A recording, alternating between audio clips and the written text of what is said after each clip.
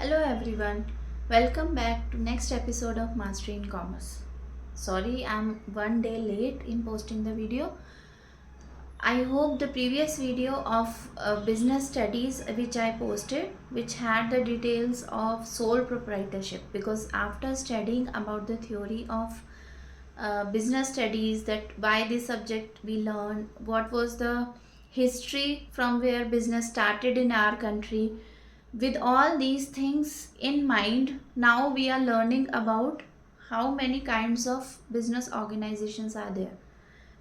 Because whenever we think of starting our own business, the first thing which comes into our mind is whether I will be the sole owner of the business, or I will be including my family members, or should I take my friend as a partner, should I take a group of friends and decide about the business. So that is the first step towards having my own business, right? So we had done in the last class about the sole proprietorship, which basically told us that one person is the king of the business. One person is only there to decide everything about himself, about his business, about how to earn more profit, what to do with the liabilities, then how to work more towards the expansion, whether he has those resources available with him to expand his business or not. So many questions are there when a person is alone working for his business. So after reading about the merits and demerits of business of sole proprietorship, now today we are going to study about joint Hindu family business. Joint Hindu family business. As the name is telling you, many of you can guess what it means. It means joint Hindu family, right? It is not related to any particular kind of caste being talked about. It is about that one family members decide to start their own business. Okay, so there is one head of this. That person who is taking care of everything is called as Karta. Okay, so he is the one who takes care of other, we can say, the people who are managing the business. So other people come under him. He is the owner. He takes care of everything which is being done. So based on this criteria, there are different factors which are associated with this kind of business. So this kind of business is not very popular nowadays, because we know very less families are left as joint families. Most of the families are scattered all over the world now for earning purposes or various reasons that we don't need to go in detail. But yes, this kind of business is not as popular now as it used to be in the previous days. So after studying about sole proprietorship, now we are moving ahead towards the joint Hindu family business, in which one person is the owner. So first of all, let us see that this kind of business is found in India only, okay? Because in outside world you already know how the families run. So if this kind of business is very popular in our country, then it is carried on by the members of Hindu undivided family. Carried on by undivided family. Okay, means the family members all are living together. Right? So this is one of the point. Then business is controlled by the eldest member, which I have already told you that Karta is the controller. So all the decisions, everything is done by Karta. Let us see what are the features of the joint Hindu family business. The features are, first thing requirement is even two members of the family who are willing to do can start it. They should have ancestral property. Okay, so they will be using that property to run their business. Suppose I have my joint family, my uncle, my niece, my nephew, my all cousins, all are living with me, right? All are nearby my house, or we are near one property only, all are gathered living together, and we have certain space outside our house, and I want to start my business in that particular space, and we all family members join hands together to start that business. So that will become joint Hindu family business, but we should inherit some ancestral property so that we have some assets in our hand. Liabilities are actually okay if we have assets to pay them off. If we don't have assets and we have only liabilities, then it is not possible to run a successful business. Okay, next is liability of members is limited. Liability of members is limited. So members' liability is limited but not of Karta. Remember this.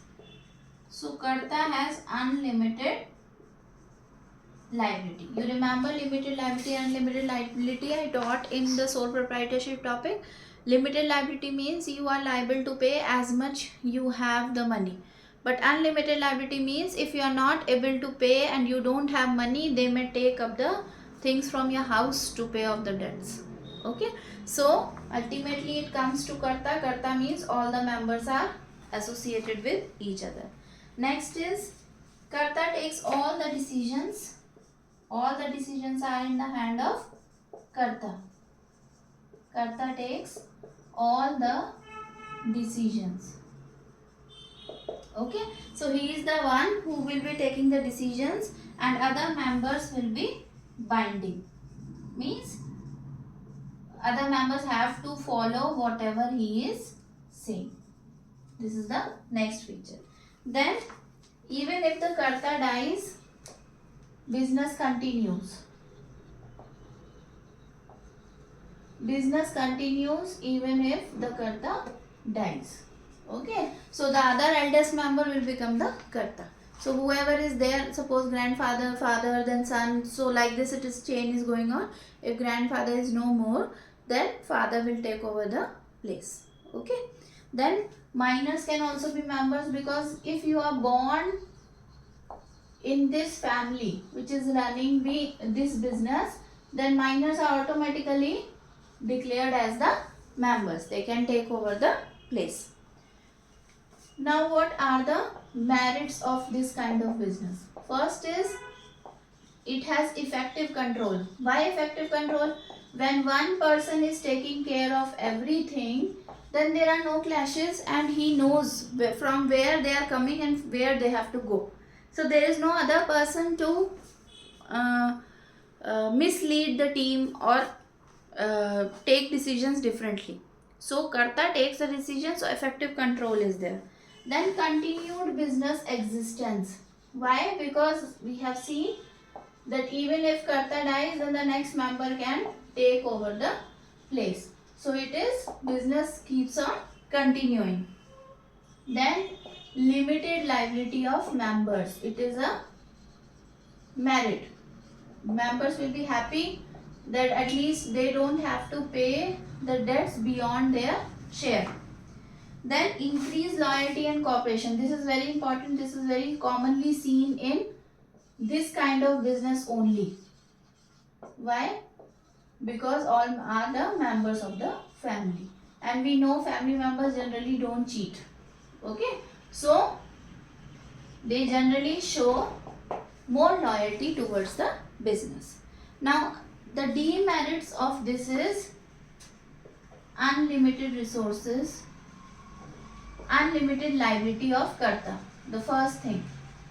See, ultimately, if Karta has to pay the debts beyond his capacity, then it is going to come on members also, right? Members are also going to get affected. So we cannot say that Karta is different, members are different. It is not possible, because they are members of same family. If Karta is paying off the debts by selling off the property, then what will be left for the members? They are also ultimately going to be get affected, right?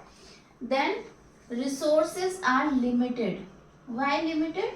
Because they are using their ancestral property, right? So ancestral property has some limit. It is not like they can have as much of money they want. So they have a limit of expansion. They cannot expand beyond a limit. Then dominance of karta. This is very common thing which we have seen, that if karta is taking any wrong decision also, then others have to follow it. They are bound to follow. So it sometimes maybe he is dominating the other members, or he is taking something wrong decision, others don't like it. So there may be some clashes, or that wrong decision can lead to failure of the business. Then limited managerial skills. How?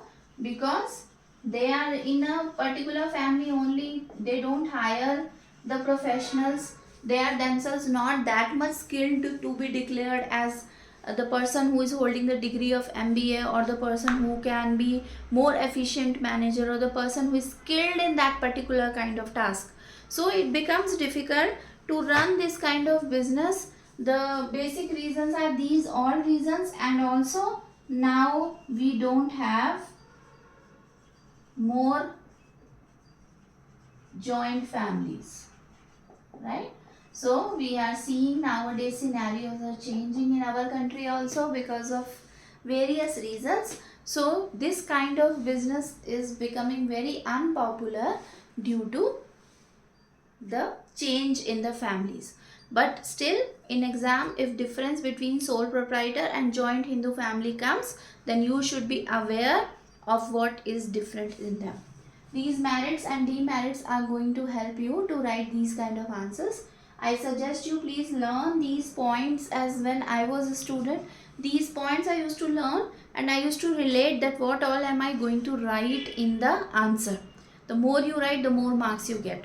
So be willing to elaborate the points in such a way that you get more marks, right? So that's it for today. Hindu joint family business we have seen. Please go through the details. We will be starting with the partnership in the next video. This chapter I am giving you in parts because it becomes difficult if all things come all together. Okay, so please go through sole proprietorship again, then joint Hindu family over here. Please watch and note down the notes which I am giving you. They will help you to study during the exams. That's it for today. If you like the video, please like, share and subscribe it. I will be grateful if you share it with your friends. If you are understanding it, then they will also find it easy to understand. So we will meet again in the next video. Till then, bye.